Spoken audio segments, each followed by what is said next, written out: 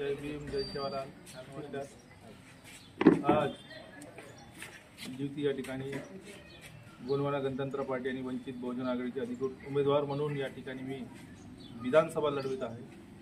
आणि मानिगड हा ज्युती तालुका अतिदुर्गम आणि नक्षलग्रस्त भाग म्हणून आपण ओळखला जातो.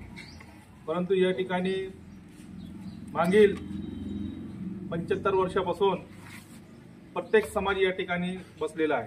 बंजारा समाज असो किंवा मातंग समाज असो किंवा हटकर समाज असो किंवा मामड्यान समाज असो किंवा आदिवासी समाज असो, या ज्युती तालुक्यामध्ये सर्व समाज या ठिकाणी बसलेला आहे. आणि लोक म्हणजे दुसरा म्हणजे विषय म्हणजे किंवा आता जो अपोजिटवाले आपले जो पक्ष आहेत, काँग्रेस बीजेपी असो किंवा संघटना असो किंवा इतर पक्ष असो किंवा इतर अपप्रचार करत आहे या ठिकाणी तालुक्यात. किंवा गजानन पाटील जर आमदार म्हणून जर निवडून आलं तर आम्हाला सर्वांना उठवतील असं कुठेतरी त्यांना अपप्रचार करून राहिले लोकांनी. तुम्हाला माहित आहे 70 वर्षापासून कोणाला इथं आम्ही कोणाचा त्रास नाही, काय नाही, आपण सर्व मिळून राहतो इथं प्रत्येक समाज.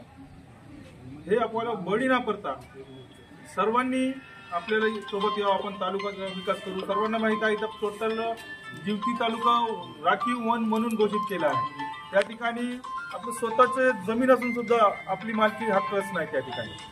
आता माझे सुद्धा वर्ग एक तर जमीन आहे या ठिकाणी वडोलीपासून, परंतु तो सुद्धा माझी जमीन नाही अजूनपर्यंत. त्या ठिकाणी माझ्या वारसांना नाही चढलं, फेरफार नाही झालं, तो 7-12 काय कामाचा माझ्या या ठिकाणी.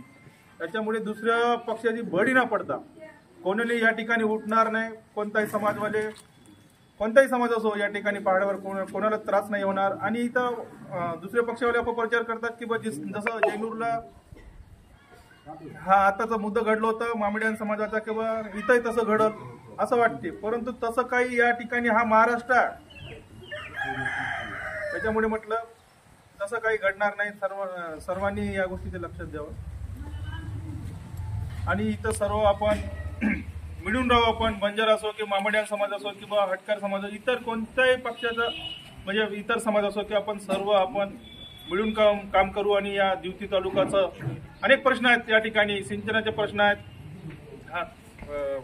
अनेक प्रश्न आहेत या ठिकाणी. आरोग्याचे प्रश्न आहे, शिक्षणाचे प्रश्न आहे. आपण आपण या ठिकाणी तालुक्याचा जर आमदार झालं आपल्या तालुक्याचा विकास होईल. आता बघा, आता टोटली राखीव वन म्हणून घोषित केलं आहे, परंतु आपण ज्यांना निवडून दिलं आतापर्यंत त्यांनी कोणताच हा विषय मांडला नाही विधानसभेमध्ये किंवा आपला प्रश्न सोडवण्यासाठी. किती अडचण आहे इथं. 10 वर्ष झाली नगरपंचायत होऊन या ठिकाणी, परंतु साधारण एक घरकुल सुद्धा नाही आहे. आता नालीचं काम करतो म्हटलं तर ते एनओसी भेटत नाही फॉरेस्टचं. तर लढणारा माणूस आपल्या तालुक्यासाठी पाहिजे. तालुक्यावाल्यांना मी एवढंच विनंती करतो, तुम्ही एकदा मला संधी द्या, निवडून द्या. आपण जे काही राखीव वन मध्ये घोषित केलेलं आहे फॉरेस्टनं, आपण त्या प्रयत्न सोडवण्याचं काम करू. आपण त्या राखीव वन मधून रेव्हन्यू मध्ये आणण्याचं काम आपण या ठिकाणी करू. आणि जे काही विकासाचे काम आहे या ठिकाणी, काही ठिकाणी अजिबात पाण्याची सुविधा नाही या ठिकाणी, काही ठिकाणी रोडच नाही त्या काही ठिकाणी. त्याच्यामुळे जर आपला विकास तालुक्याचा विकास करायचा असेल तर आपला हक्काचा माणूस या ठिकाणी आपल्याला निवडायला पाहिजे. एवढंच विनंती करतो मी सर्व तालुक्यावाल्यांनी, एकदा आम्हाला संधी द्या, आपण तालुक्याचा विकास करू आपण. जय शिवा, जय भीम, जय गोंडवाना, जय